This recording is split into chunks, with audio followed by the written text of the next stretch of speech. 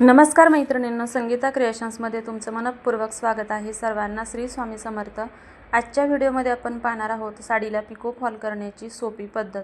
तर साडीला pico fall करताना सगळ्यात महत्त्वाचा पार्ट असतो म्हणजे साडीचा पिको सरळ होणं।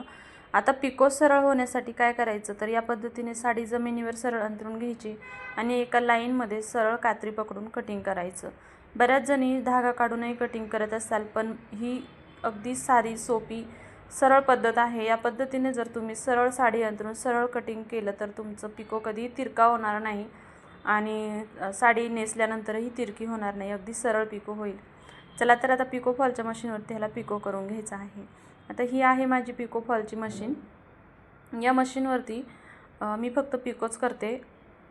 तर बऱ्याच मैत्रिणी म्हणतात तुम्ही नॉब वेगळा वापरता का, दोरा वेगळा वापरता का, तर नाही, ही माझी पिको फॉलची वेगळी मशीन आहे आणि शिलाईची वेगळी आहे, त्यामुळे मी नॉब वगैरे काही चेंज करत नाही। तर आता पिकोचा हा जो नॉब आहे, या नॉबच्या बरोबर मधोमध साडीचा काठ ठेवलेला आहे आणि अगदी हलक्या हाताने मी साडीला पिको करून घेत आहे। आता इथे पहा, मी साडी थोडंसं हलक्या हाताने पुढे ओढत आहे, त्यामुळे काय होतं की जो पिको आहे तो बारीक होतो, अगदी दोरीसारखा पातळ पिको होतो, पिको जाडसर होत नाही। आणि जर तुम्ही साडी पुढे खेचली नाही आणि साधा आपला पिको केला तर मग मात्र पिको जाडसर होतात।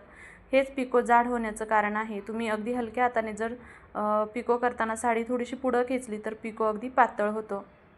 तर आता मी फॉल लावण्यासाठी साडी उलट्या बाजूने ठेवलेली आहे, म्हणजे खालची सुईची बाजू आहे आणि या पद्धतीने उलट्या बाजूने साडी ठेवली आहे। बॅक साईडला मार्जिन 12 ते 13 इंचापर्यंत तुम्ही सोडू शकता आणि हा जो फॉल आहे हा अगदी धुवून व्यवस्थित वाळवून ह्याला प्रेस करून घेतलेला आहे।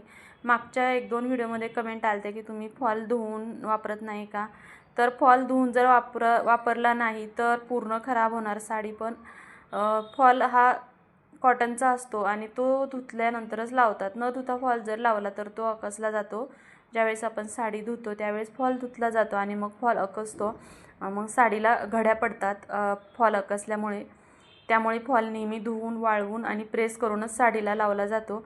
आता तुमच्या इथे लक्षात आलं असेल की मी 12 इंचावर मार्किंग केलेलं होतं, त्या मार्किंगपासून पुढे मी फॉल ठेवलेला आहे, अर्धा इंच बाजू दुमडून घेतलेली आहे आणि मग बघा साडीच्या अगदी काठावरती फॉलचा काठ ठेवून ते फॉल लावत आहे। आता फॉल लावताना सुद्धा मी नॉब बदलत नाही, पिकोच्या नॉबनेच फॉल लावते। फक्त एक पद्धत वापरायची की साडी या पद्धतीने पुढे पुढे खेचायची आणि साडी व्यवस्थित सेट करत करत थोडा भाग सेट करत थोडा फॉल जोडून घ्यायचा आहे। अगदी शिलाई आपण जसं शिलाई करतो ब्लाऊज वगैरे शिवताना, या टोकापासून सुरू केलं आणि त्या टोकापर्यंत थांबलं असं पिको फॉल करताना करायचं नाही, नाहीतर पूर्ण फॉलची फिनिशिंग बिघडली जाते। तर पाठ दुसऱ्या बाजूनही मी अर्धा इंच फॉल दुमडून घेतला आहे आणि फॉल जोडून घेतला आहे। आता इथे आपण करणार आहोत हात शिलाई। तर हात शिलाई करण्यासाठी अखंड दोरा घ्यायचा आहे। दोरा जवळजवळ 2.5 मीटरपर्यंत तुम्ही दोरा घ्यायचा आहे, कारण 2 मीटर हा फॉल असतो आणि अर्धा मीटर तरी दोरा एक्स्ट्राचा घ्यायचा।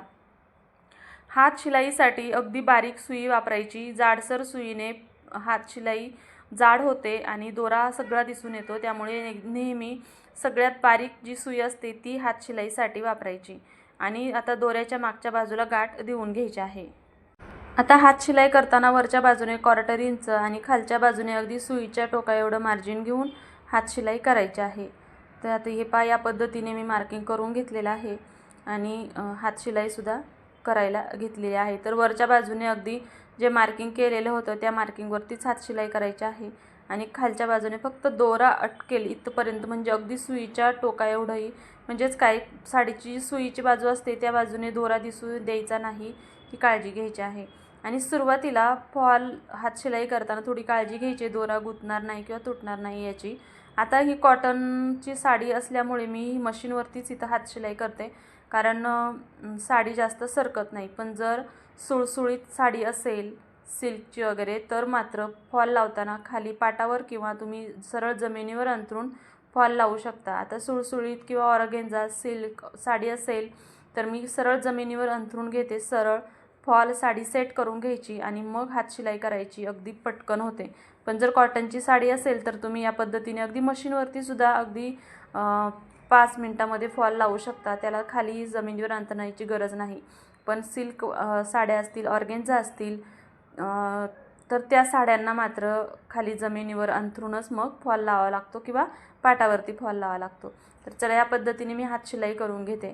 तर पहा पूर्ण साडीला हात शिलाई करून झालेली आहे आणि फॉल पण पहा इथे किती छान लागला गेलेला आहे। ही आहे सुईची बाजू म्हणजे आणि ही पहा ही साडीची सुईची बाजू। आता तुम्हाला इथं दिसत असेल की सुईच्या बाजूने दोरा कुठे तुम्हाला दिसणार सुद्धा नाही, म्हणजेच कशामुळे तर हात शिलाई करण्याची परफेक्ट पद्धत आणि सुई पण आपण जी बारीक सुई वापरली होती त्यामुळे पहा इथे तुम्हाला दोरा बिलकुल सुईच्या आतल्या बाजूने दिसणार नाही आणि साडीला फिनिशिंगही खूप छान येतं। तर तुम्ही या पद्धतीने साडीला पिको फॉल करू शकता अगदी 5 मिनिटांमध्ये आणि दिवसभरामध्ये तुम्ही कमीत कमी 50 साड्यांना तरी पिको फॉल करू शकता। तर व्हिडिओ आवडला असेल कमेंट करा आणि चॅनलवरती जर नवीन असाल तर चॅनलला सबस्क्राईब नक्की करा। भेटूया उद्याच्या नवीन व्हिडिओमध्ये। तोपर्यंत सर्वांना श्री स्वामी समर्थ आणि आजचा व्हिडिओ पूर्ण पाहिल्याबद्दल मनापासून धन्यवाद।